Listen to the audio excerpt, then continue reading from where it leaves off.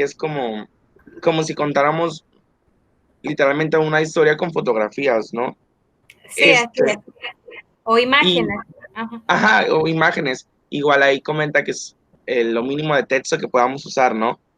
Sí, puedes usar Este, conceptos, ideas cortas, palabras que sean clave, por ejemplo. sí, sí, pero mi pregunta es como, ¿en dónde se empieza y en dónde acaba?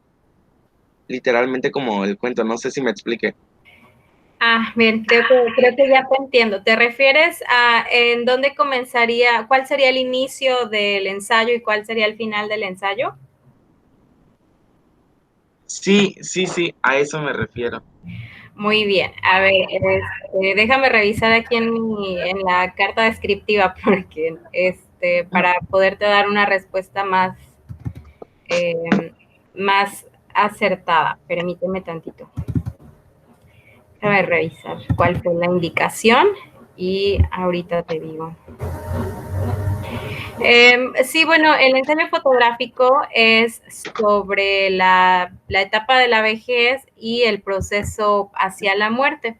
Entonces, el ensayo podría iniciar, por ejemplo, diciendo qué es la vejez, cómo inicia esa etapa, cómo se van dando los cambios de manera gradual hasta llegar al punto de, pues, el proceso de muerte, ¿no?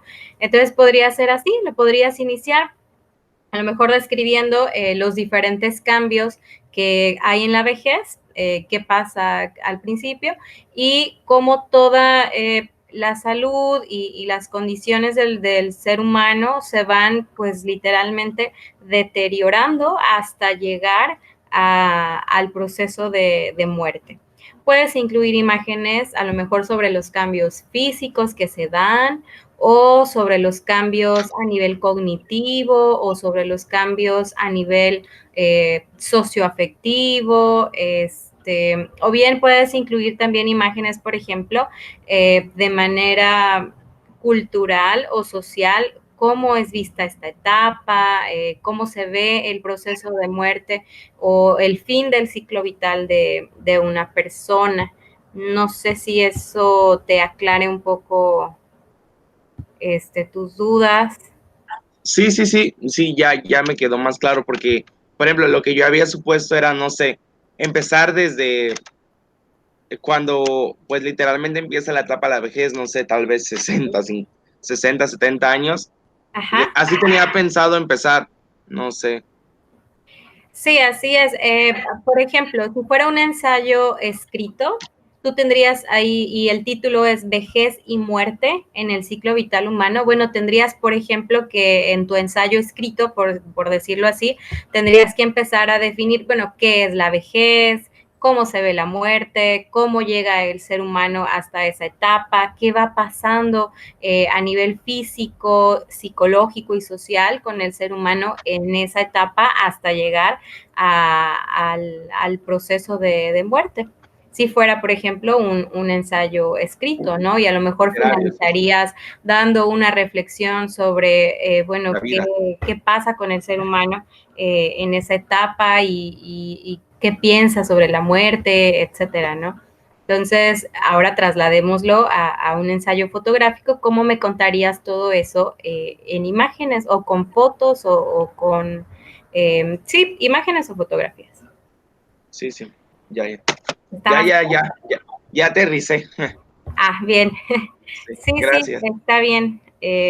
Pregunten, bueno, me gusta que pregunten todas sus dudas para que puedan realizar sus actividades de manera adecuada y sobre todo que sean entendibles para ustedes, porque eso luego les puede servir para repasar antes de sus exámenes. Entonces, Pues sí, bien. creo ese es el fin, ¿no? Sí, no, no pasa nada, no te preocupes. Bueno, yo creo que vamos a ir ya comenzando. Ya si alguien se va conectando, bueno, pues espero que el programa me notifique para poder aceptarlo. Sí, profe. Bueno, entonces, okay. A ver.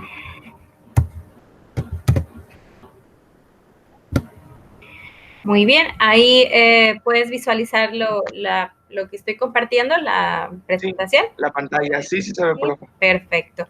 Muy bien. Bueno, entonces hemos llegado ya a la última de las etapas del ciclo vital del ser humano. Eh, Fuimos desde el nacimiento, pasamos por la infancia, la niñez, la adolescencia, la adultez temprana, la adultez intermedia y después de los 60, 65 años aproximadamente, vuelvo a reiterarles que recuerden que las edades no son como algo marcado de manera muy definida. De, de nuevo, porque esto responde a muchas diferentes variables en cada ser humano. Entonces, las edades son aproximadas. Vamos a hablar de edades estimadas o aproximadas. Entonces, a partir de los 60, 65 años aproximadamente, podemos considerar que el ser humano ha llegado a la etapa de vejez, que no es lo mismo que envejecimiento. Eso ahorita lo vamos a aclarar. Entonces, desde la perspectiva psicológica, ¿cómo vive el ser humano esta etapa? ¿Cómo llega? ¿Cuáles son las crisis que tiene que enfrentar? Y bueno, el inevitable desenlace de cualquier ciclo vital, pues finalmente es la muerte. Entonces vamos a ir viendo cómo se aborda esta nueva etapa, nueva y última etapa del ciclo vital. Bien, las estadísticas nunca van a mentir. México y al igual que muchos otros países de América, estamos convirtiéndonos literalmente en unos países pues de gente mayor, de gente vieja. Aquí podemos apreciar cómo la cantidad de personas de 60 años o más va en aumento. Sí, y no es de ahorita, esto ya tiene algunas décadas. Desde 1965 se empezó a observar como esta tendencia a ir hacia más gente mayor de 60 años y continuará así la tendencia hasta el 2060. Entonces, estamos hablando de que estamos en vías de que la población mayor de 60 años crezca cada año y sea más numerosa. Además de eso, también tenemos que considerar que gracias al avance de la ciencia, la expectativa de vida en el ser humano ha crecido, ¿sí? Hace miles de años, eh, no miles, hace cientos de años, la expectativa de vida era de alrededor de los 35 a los 40 años. Ahora, bueno, tenemos una expectativa de vida, hay gente que llega a vivir incluso más de 90 años. Y eso, bueno, ha sido gracias al avance de la ciencia, sobre todo en materia de salud y de la conservación de esta. Entonces, bueno, no solamente vamos a ser más personas mayores de 60 años, sino que vamos a vivir quizás más.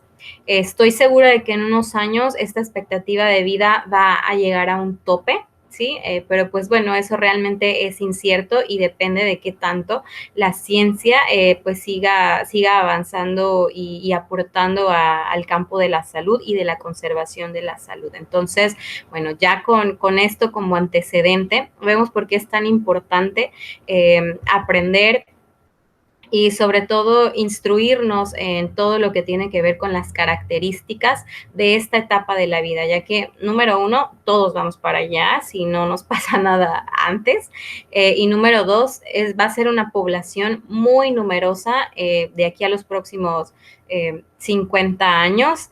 Y bueno, habrá que entonces adecuar todas las políticas, por ejemplo, en salud, en prevención, etcétera, a esta nueva población que va siendo cada año más numerosa. De aquí la importancia de abordar entonces estos temas. Bien, y primeramente habrá que distinguir entre dos conceptos, ¿sí? Uno es el concepto de vejez y el otro es el concepto de envejecimiento, que aunque provienen, digamos, de una misma fuente, no se refieren a lo mismo. vamos a considerar al envejecimiento como un proceso, y me parece que aquí está la clave en la diferenciación de estos dos conceptos. Vamos a considerar al envejecimiento como un proceso que inicia desde el nacimiento, es decir, con cada día de nuestra vida, desde nuestro nacimiento, vamos envejeciendo. Aunque también se puede entender que este envejecimiento pudiera iniciar una vez que se ha culminado el proceso de una óptima funcionalidad.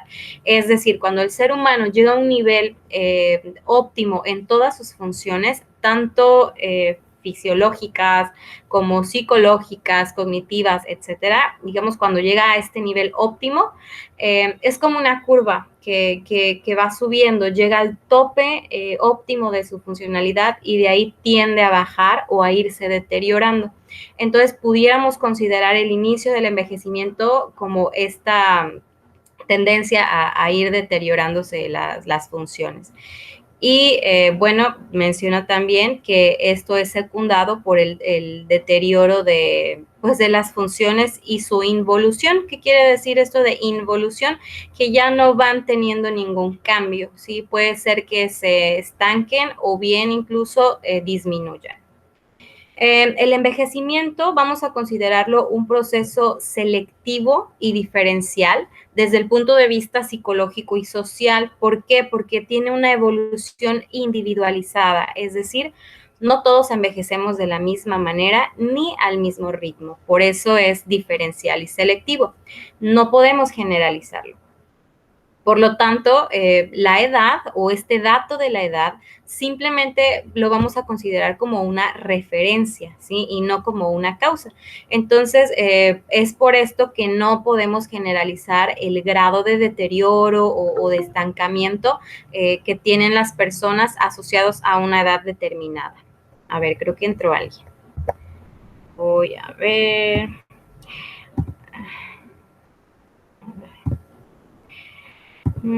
Aquí está. Admitir. Muy bien. Entonces, vamos a continuar. Déjeme ver. Hoy. Presentar. Aquí está. Bien. Hola, ¿quién eres? Es que no veo tu nombre en el... Buenos días, soy Maya.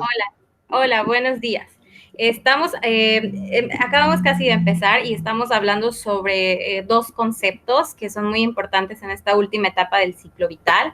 Uno es el de envejecimiento y otro concepto es el de vejez. Hablamos ya un poquito de lo que es el envejecimiento y vamos ahora con el concepto de vejez porque es importante diferenciar estos dos. Entonces, bueno, ya vimos que el envejecimiento es un proceso que es individual, que no se puede generalizar y tiene como referencia simplemente la edad. Y entonces la vejez lo vamos a considerar como un estado definitivo, irreversible y sobre todo que no tiene, digamos, como un horizonte de futuro, que es lo que más le da como este sentido de estado definitivo. Y que no hay posibles transformaciones. Entonces, la principal diferencia entre estos dos conceptos es que el envejecimiento es un proceso y la vejez es un estado, ¿sí? Definitivo del ser humano. No es reversible, es decir, pues ya no se puede desenvejecer y pues realmente carece de transformaciones a futuro.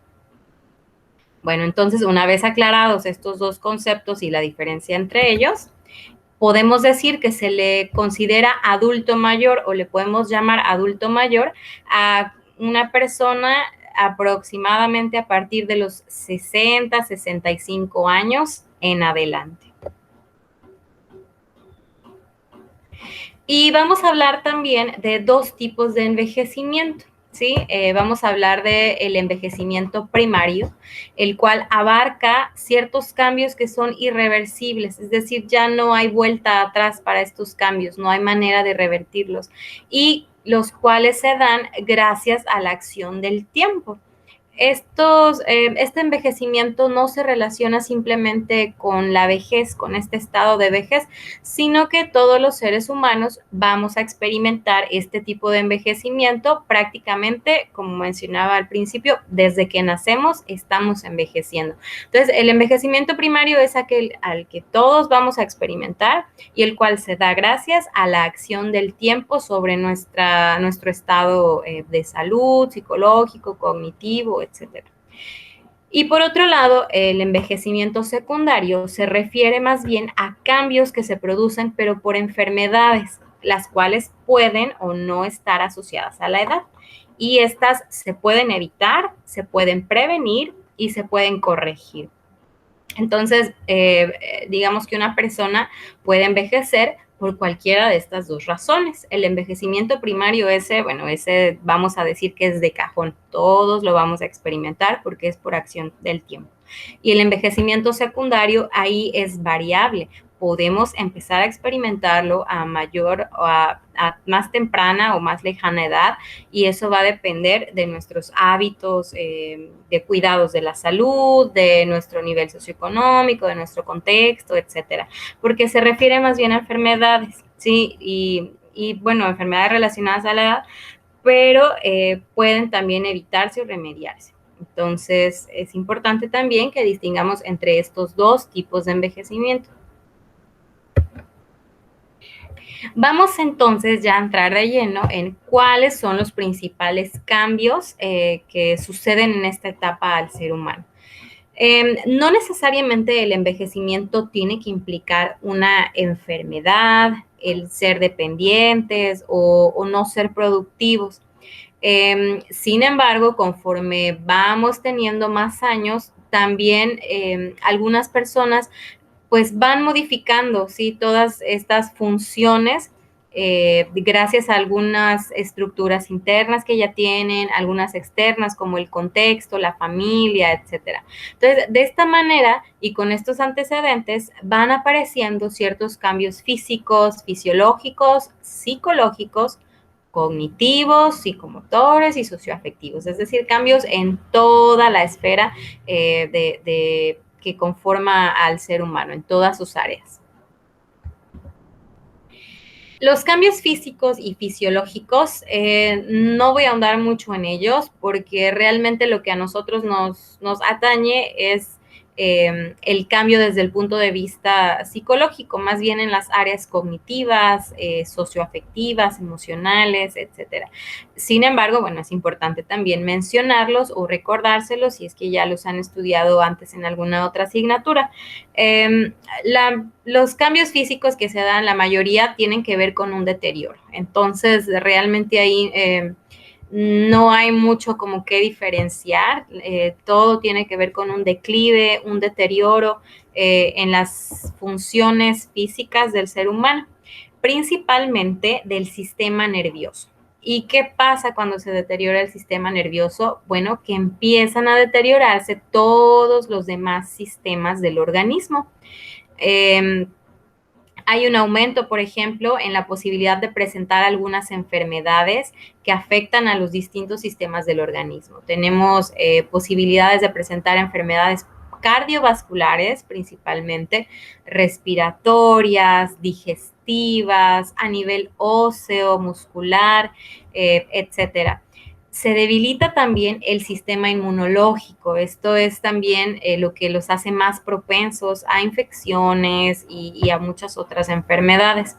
Y existe también un deterioro en los sentidos, ¿sí? Hay déficits sensoriales, como por ejemplo pérdida del oído, pérdida de la vista, incluso se ha llegado a documentar pérdida del olfato y del gusto. Entonces, bueno, en todos los niveles empiezan a haber déficits y deterioros, pero principalmente en estos que les acabo de mencionar: sistema nervioso, inmunológico y a nivel sensorial. Bien, ahora, por el lado de los cambios psicológicos y cognitivos, vamos a encontrar que las personas en etapa de vejez tienen una predisposición mayor que en otras etapas a la tristeza, a la melancolía y a la depresión. ¿Por qué creen que suceda esto, chicos? Porque pues ya creen, bueno, posiblemente porque no se creen que ya son útiles para la sociedad o para la familia, ¿no? Bien, así es. Fíjate, esto que tú acabas de mencionar tiene que ver con algo que se llama pérdida del rol. Socialmente, nosotros todos jugamos un rol, un papel en nuestra familia, en nuestro grupo social, en nuestro trabajo, en la sociedad en general, tenemos un rol, un papel, una función. ¿Qué pasa con los adultos mayores? ¿Qué pasa con el ser humano en la etapa de vejez? Fíjense, históricamente, antes los adultos mayores eran vistos como pilares de la sociedad, eran personas a las que se recurría por algún consejo, por su sabiduría, porque se les consideraba que habían tenido ya mucha experiencia en diferentes campos, que sabían más, que, digamos, eran personas respetables y tenían un papel activo en la sociedad. Sin embargo, gracias a muchos procesos sociales y económicos también, como la industrialización, por ejemplo, se les fue relegando poco a poco a un nivel más pasivo, ¿sí? Se les empezó a considerar como sujetos pasivos de la sociedad, es decir, perdieron su rol, perdieron su función, perdieron su papel. Entonces, ¿qué pasa cuando uno se queda sin este rol? Bueno, ahora quién soy, ahora qué hago, ahora para qué sirvo, ¿no? Entonces, sí, así es, esta tristeza, esta melancolía o depresión tiene mucho que ver con esta perspectiva de la pérdida del rol. Sin embargo, tiene también que ver con un deterioro a nivel cerebral. Recordemos que todas nuestras conductas, pensar también es una conducta. Entonces, todas nuestras conductas están reguladas por el funcionamiento de nuestro sistema nervioso central, por nuestro cerebro. Entonces, al haber un deterioro a nivel cerebral, a nivel de neurotransmisores, es lógico que haya un cambio y un desequilibrio también en la conducta. Entonces, bueno, hay esta tendencia a estas tres conductas. También podemos observar un mayor aislamiento social que tiene que ver con lo que les comentaba sobre la pérdida del rol y cada vez los adultos mayores se van aislando más, van haciendo más cerrado su círculo social, sus actividades sociales y esto contribuye también a que su salud mental se ponga en juego. Y finalmente, algo que también es bien evidente y bien importante, son las modificaciones a nivel de procesos cognitivos que vamos a poder observar durante esta etapa. ¿A qué me refiero con procesos cognitivos? A la atención, a la memoria, a la percepción, a la orientación tanto temporal como espacial, al tiempo de reacción y al razonamiento. Entonces, bueno, vamos a empezar a ver que a los adultos en esta etapa les es más difícil concentrarse, poner atención, recordar cosas, percibir de manera correcta los estímulos del entorno. Esto también tiene que ver con, bueno, la pérdida de las capacidades sensoriales que mencioné en los cambios físicos. Les cuesta trabajo orientarse, por ejemplo, en el tiempo y el espacio, no saben qué día es, o no recuerdan, se les olvidan las direcciones, no saben hacia dónde ir, etcétera. Se vuelven más lentos, digámoslo así, en sus procesos mentales. Entonces, a nivel psicológico y cognitivo, vamos a observar estos tres principales cambios y bueno, todos los que de ellos se derivan. Y aquí en la imagen, bueno, simplemente como una referencia, podemos ver podemos observar las características, por ejemplo, de un cerebro joven a un cerebro envejecido, ¿sí? Entonces vemos cómo la masa cerebral se va poniendo incluso hasta más dura, se va haciendo como encogiendo, se va haciendo más pequeña. Y bueno, esto se debe pues al deterioro físico del sistema nervioso central que ya mencionábamos anteriormente. Bien. ¿Qué factores pueden incidir en este deterioro psicológico y cognitivo? ¿Gracias a qué factores va a darse este deterioro? Bueno, esto tiene que ver con 3 factores principales. El primero de ellos es la rigidez y la flexibilidad mental con la que el adulto mayor cuente, ¿sí? Y esto tiene un antecedente en etapas previas del ciclo vital.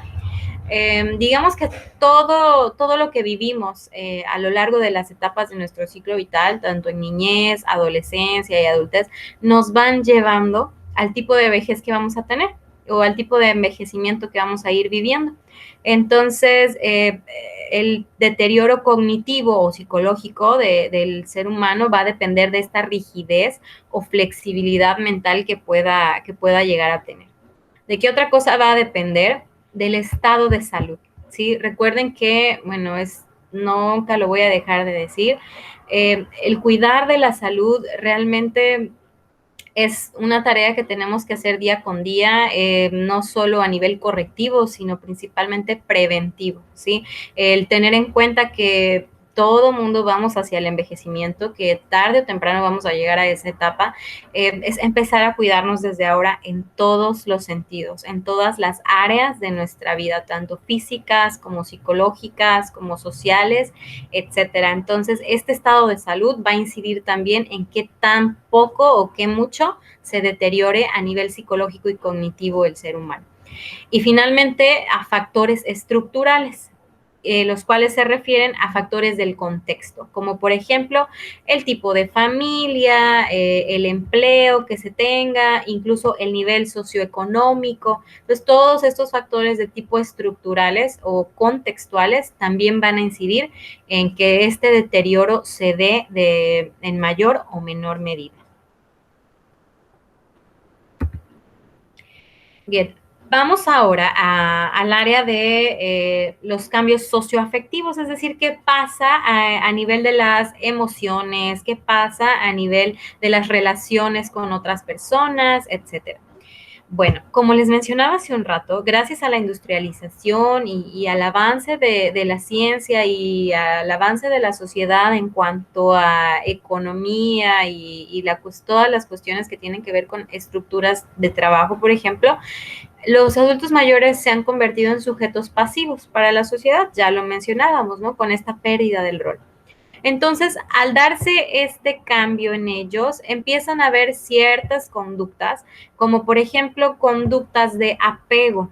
¿A qué me refiero con conductas de apego? Bueno, cómo empiezan ellos a aferrarse, por decir de alguna forma, a ciertas manías, hábitos, objetos, ideas. Entonces se vuelven muy apegados a ideas muy restrictivas, incluso, como les decía, también a objetos, ¿no? Por ponerles un ejemplo, el típico adulto mayor que tiene una camisa que ya está toda vieja, pero no la quiere tirar porque es que esa es su camisa favorita, o no quiere cambiar de zapatos, por ejemplo, o no quiere cambiar de lugar a donde va a tomar el café, siempre quiere que sea en el mismo lugar y en la misma mesa. Bueno, este tipo de conductas se empiezan a dar también, las podemos empezar a observar. También hay una tendencia a refugiarse en el pasado o en las experiencias pasadas, ¿sí? En todo lo que ha vivido, en todo lo que ha pasado, en lo que hizo o no hizo. Hay una tendencia, como siempre, a hablar del pasado, a hacer referencia al pasado, a refugiarse como en esos recuerdos, ¿no? También podemos observar sentimientos de inseguridad, esto pues debido a la pérdida de este rol en la sociedad, al papel pasivo que se les da, surge este sentimiento de inseguridad, de falta incluso de autoestima, ¿sí? De no creer que son lo suficientemente buenos, lo suficientemente capaces, sobre todo, porque cuando ellos empiezan a perder ciertas habilidades, bueno, se empiezan a empezar a sentir pues inútiles, incapaces, como de que ya no pueden realizar las mismas cosas que antes hacían o con la misma rapidez, ¿no? Por ejemplo. Entonces empiezan a surgir estos sentimientos de inseguridad. También podemos observar una reducción en los intereses, es decir, si antes les gustaban muchas actividades diferentes, ahora tal vez solamente haga 3 actividades muy, muy específicas, ¿no? O si, por ejemplo, antes tenía un grupo de 20 amigos, bueno, ahora tal vez mantenga contacto solamente con 2 o 3. Esta reducción de intereses la podemos observar en todos los niveles y en todas las áreas, ¿no? Por ejemplo, en la alimentación, en las actividades que hace, en sus gustos, en sus pasatiempos. Entonces, todo esto se empieza a ver muy, muy reducido y muy restringido simplemente como a unas cuantas cositas.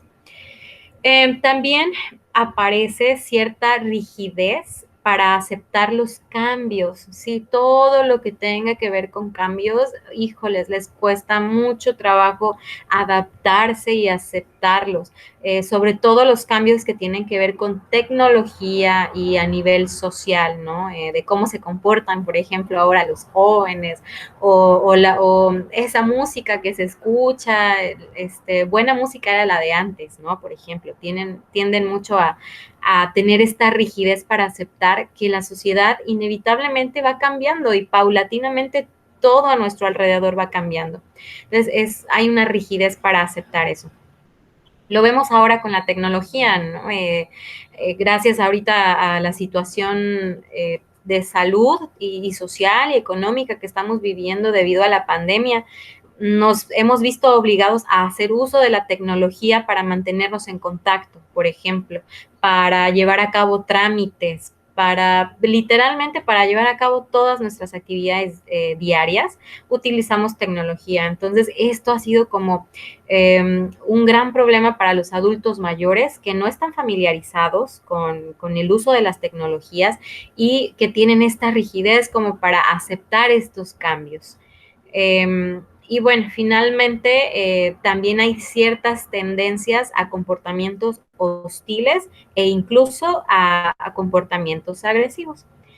Ahora, todos estos cambios no quiere decir que a fuerza se den en todos los adultos mayores, ¿sí? Son cambios que son observables en algunos. Recordemos que el envejecimiento y la vejez no pueden ser generalizados, ¿sí?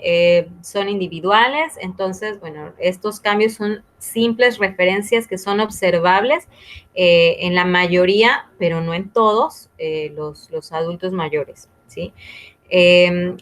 Alguien, estoy seguro que tienen algún adulto mayor en su familia, entre sus conocidos, en los vecinos. ¿Cuáles de estos cambios, por ejemplo, pueden ustedes observar? Que me pudieran dar un ejemplo de alguien que ustedes conozcan. Pues, bueno, yo ahorita en mi familia, ahorita aquí tengo en casa a mi abuela, y pues sí se ha hecho, bueno, es la mayoría de todo esto de los cambios socioafectivos, la verdad, porque pues, por ejemplo, en la reducción de intereses, ya antes hacía más cosas, pero por ejemplo iba con sus amigos a hacer feng shui, entre otras situaciones, pero pues debido a ciertas complicaciones que ha tenido, pues ya ahorita ya no puede hacer muchas cosas, ya nada más, por ejemplo, hace tejido y no me acuerdo de otras cosas, pero por ejemplo aquí en la casa le tratamos de dar algunas tareas, ¿no? Ayer, por ejemplo, le enseñó a la señora que nos ayuda en casa a hacer algunas comidas que mi abuela hace, y y así. Por ejemplo, en la aceptación de los cambios también ha sido muy difícil porque le hemos dado a entender que pues todo va cambiando, ¿no? Que no se va a seguir siendo igual. Así es.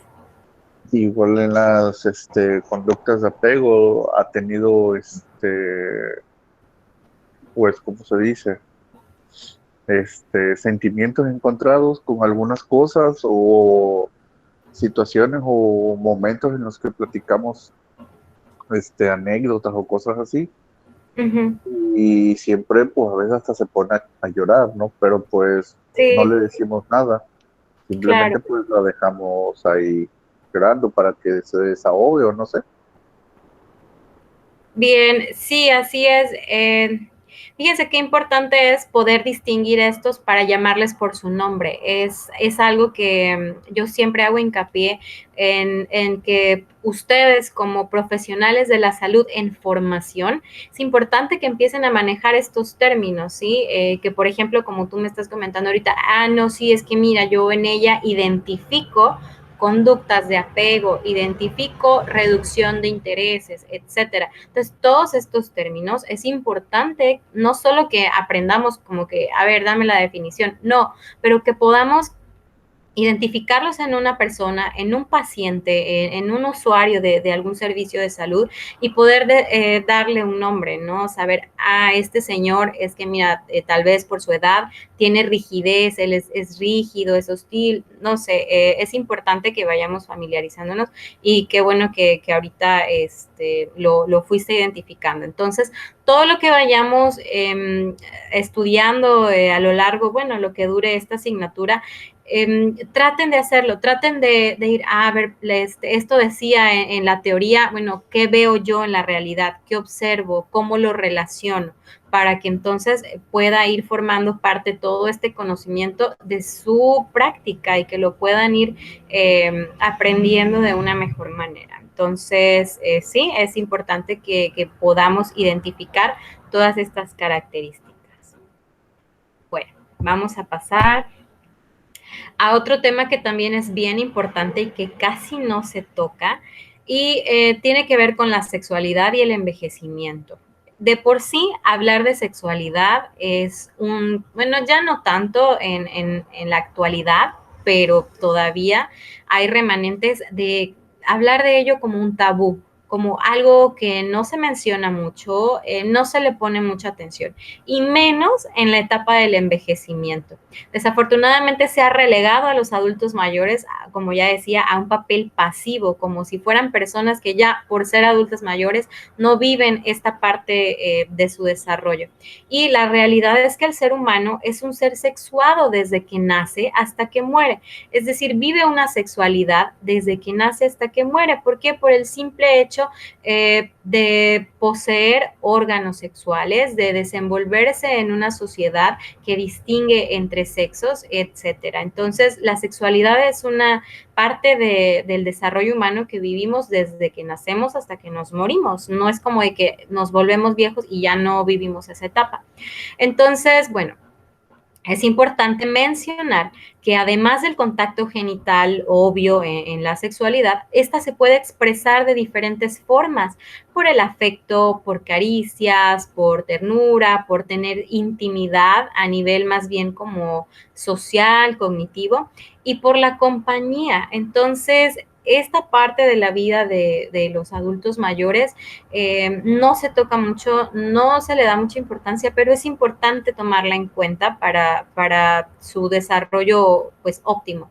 También, además de las funciones físicas o fisiológicas de la sexualidad, esta contribuye a la identidad del ser humano, a quién soy, cómo soy con otro, cómo me considero a mí mismo en relación con otros, en la intimidad, en garantizar la vitalidad de quienes practican todavía esta parte de su vida.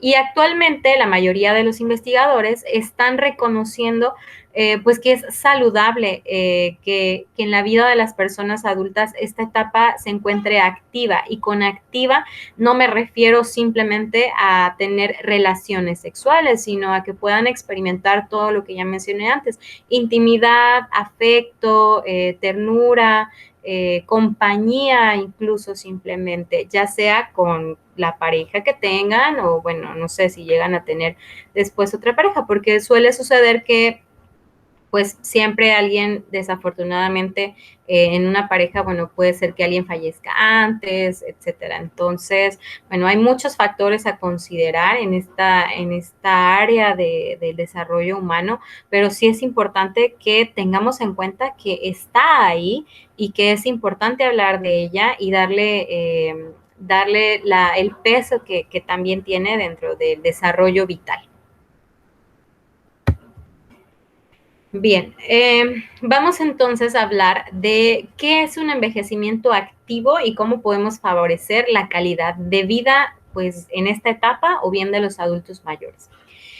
Para la calidad de vida es necesaria la actividad, ¿sí? No podemos estar pasivos, no podemos simplemente quedarnos sentados y que vengan los años por nosotros. La actividad es un factor esencial en la calidad de vida. Entonces, el envejecimiento activo se refiere a que el adulto mayor esté involucrado en tareas, sí, pero no cualquier tarea, sino tienen que ser tareas que le den placer, que le gusten, que le ayuden en su desarrollo, tanto en lo intelectual como en lo social. Y por ejemplo, lo que mencionaba Antonio, ¿verdad? Sí. Lo que mencionaba hace un momento, de que, por ejemplo, su abuelita se ponía a tejer. Bueno, hay muchas actividades en las cuales los adultos mayores pueden involucrarse, sobre todo de tipo manual y sencillas para ellos, que les pueden dar como esta satisfacción y que les pueden ayudar en su desarrollo intelectual y en la convivencia con otros. Entonces, bueno, aquí les pongo una tabla que tiene que ver con las diferentes dimensiones de la calidad de vida, ¿sí? Por ejemplo, una de las dimensiones es el bienestar emocional.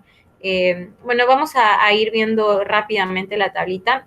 Hay diferentes dimensiones en la calidad de vida. El bienestar emocional, las relaciones interpersonales, el bienestar material, desarrollo personal, bienestar físico, autodeterminación, inclusión social y derechos.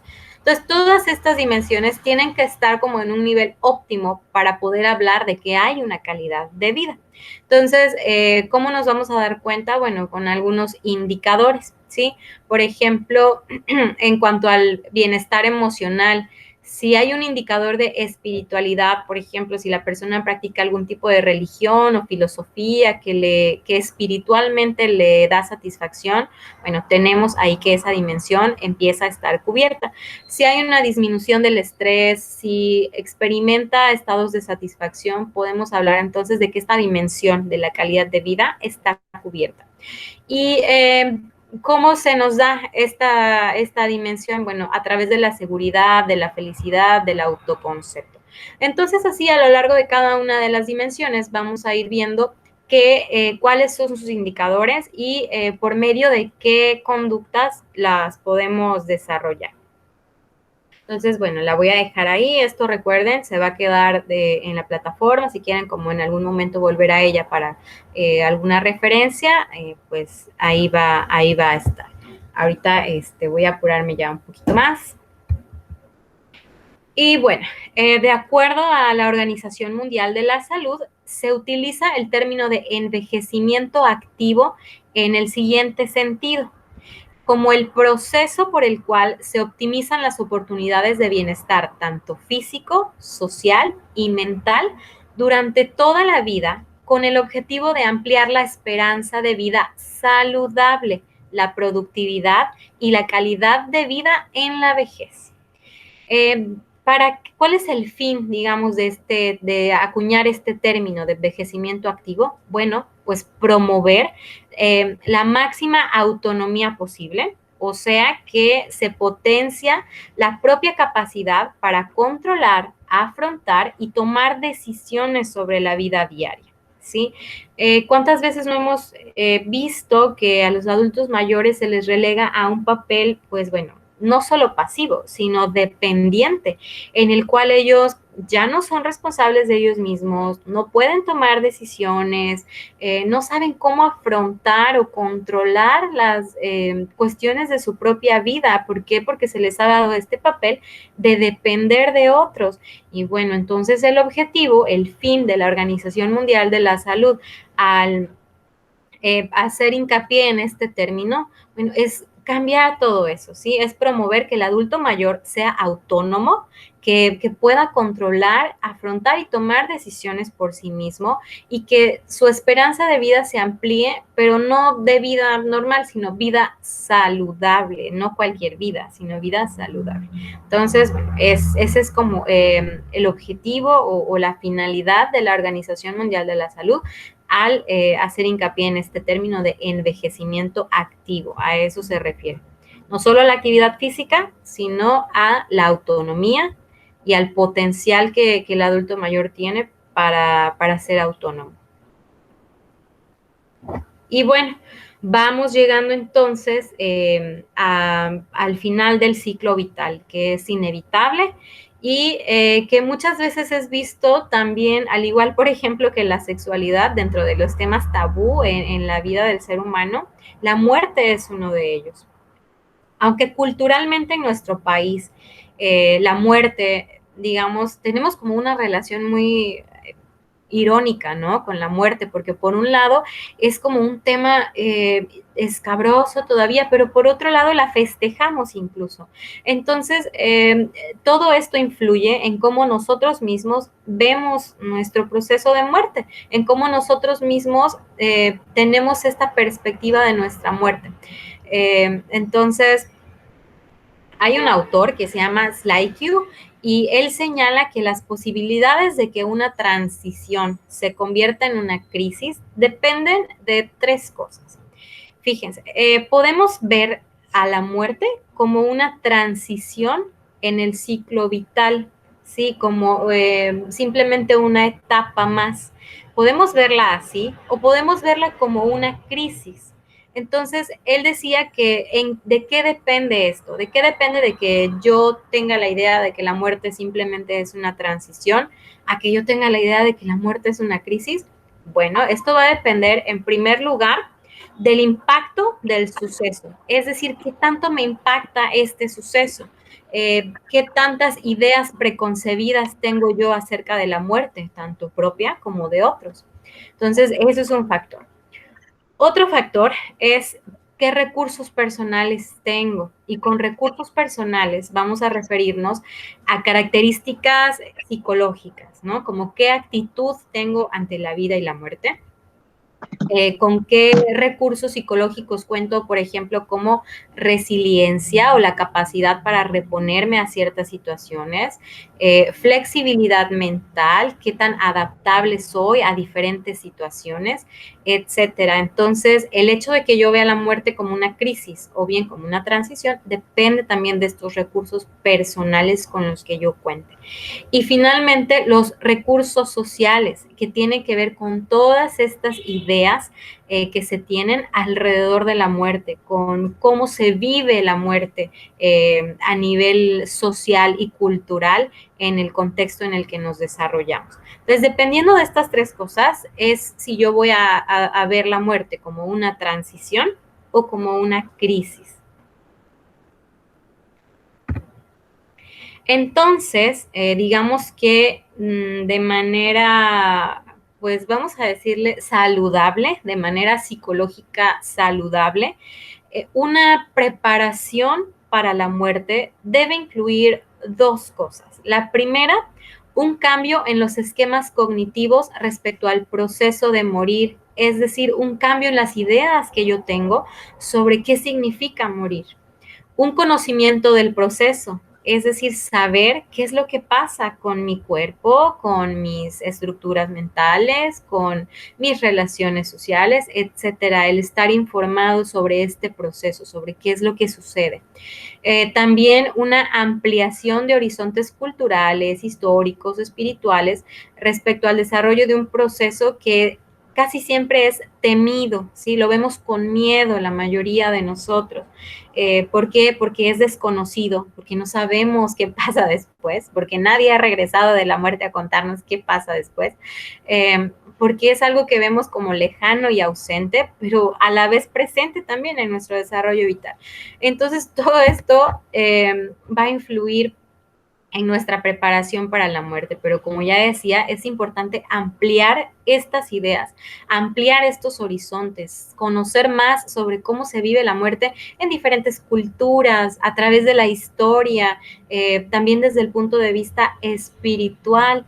Entonces, hay muchas formas como de abordar esos horizontes y sobre todo de ampliarlos. ¿Para qué? Para que deje de ser algo temido. ¿Por qué? Porque lo desconocemos, porque no sabemos qué va a pasar. Y por otro lado, también esta preparación saludable para la muerte debe incluir un enriquecimiento de los recursos personales, que se puedan implementar diferentes cosas que nos dirijan hacia una madurez psicológica. ¿Y esto qué incluye? Bueno, que se asuman los propios cambios físicos y psicológicos, que los aceptemos, que nuestro ciclo vital es un continuo de cambios que no se detienen, ¿sí? Y que seamos lo suficientemente responsables para asumirlos y aceptarlos. Que tengamos cierta disciplina en nuestros hábitos, por ejemplo, del cuidado de la salud, de cómo vamos viviendo nuestra vida hasta llegar a esta etapa. Que tengamos también una perspectiva integrada de nuestro pasado, nuestro presente y nuestro futuro como en un proyecto personal. Es decir, que seamos capaces de ver nuestra vida como este proyecto, de aceptar lo que sucedió en el pasado, de trabajar en nuestro presente y soltar el futuro porque no sabemos qué es lo que va a suceder después. Entonces, integrar estas tres esferas como en un proyecto personal nos da como una perspectiva más amplia para llegar hasta este proceso de muerte.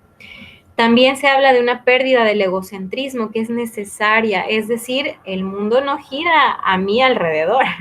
Hay muchas otras cosas pasando allá afuera que no tienen que ver conmigo, no soy yo el centro de este universo, así que el hecho de que yo viva o muera no va a detener este mundo, ni va a detener el cambio continuo en el que vivimos, ¿no? Realmente voy a ser una persona más que fallece simplemente. Entonces, es importante que eso sería lo ideal, ¿no? Que pudiéramos llegar hasta ese nivel de madurez psicológica para aceptar eso. También tiene que ver con la adquisición de estrategias de afrontamiento adecuadas, es decir, cómo hago frente a las crisis que se me van presentando en la vida, cómo enfrento los obstáculos que voy teniendo, los cambios, etcétera.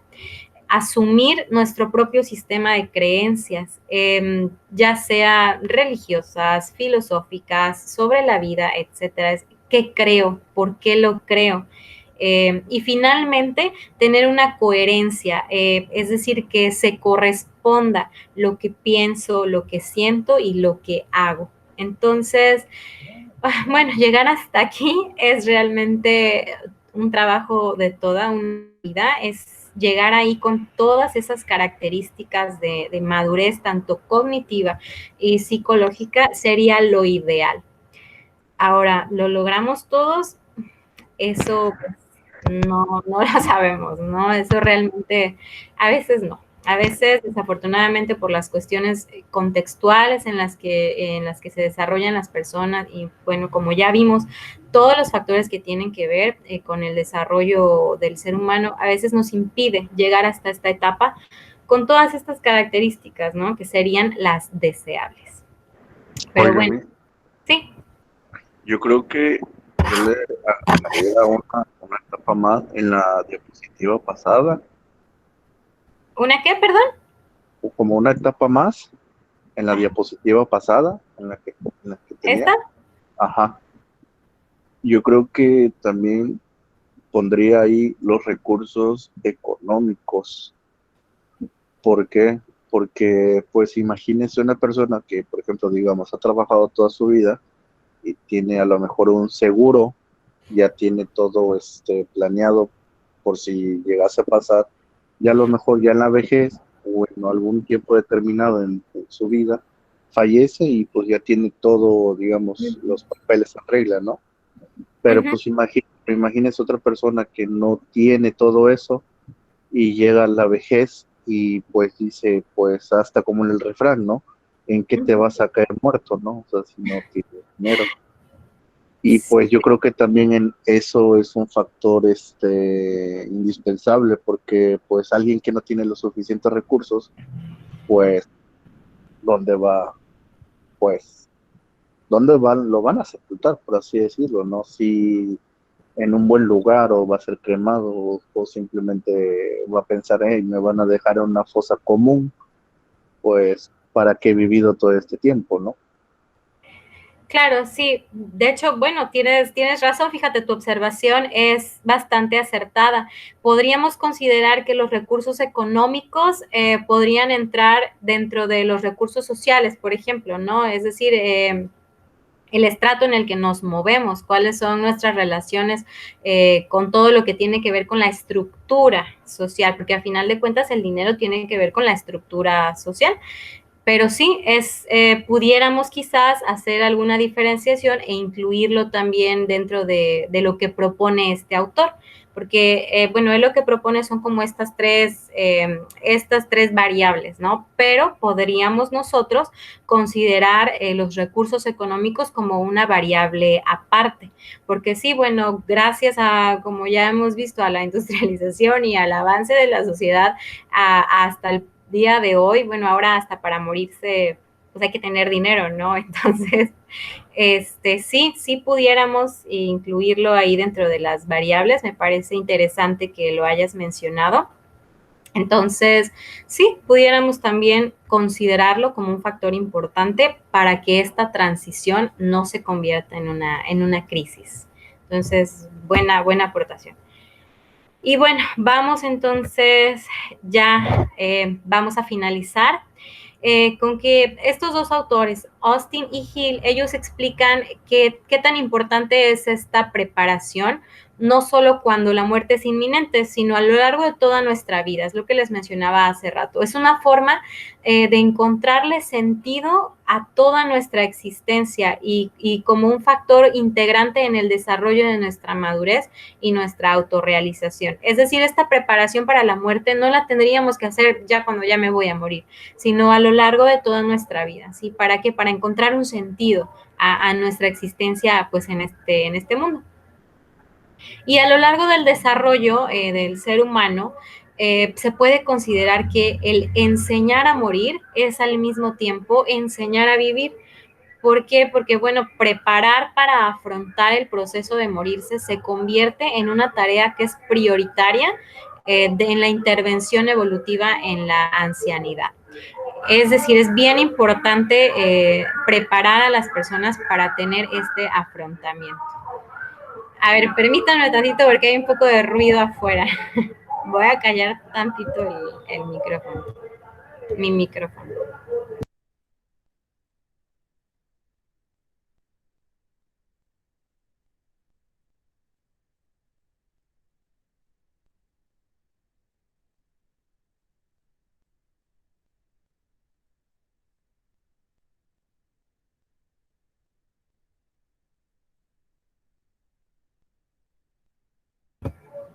Bueno, ya parece que ya pasó el ruido.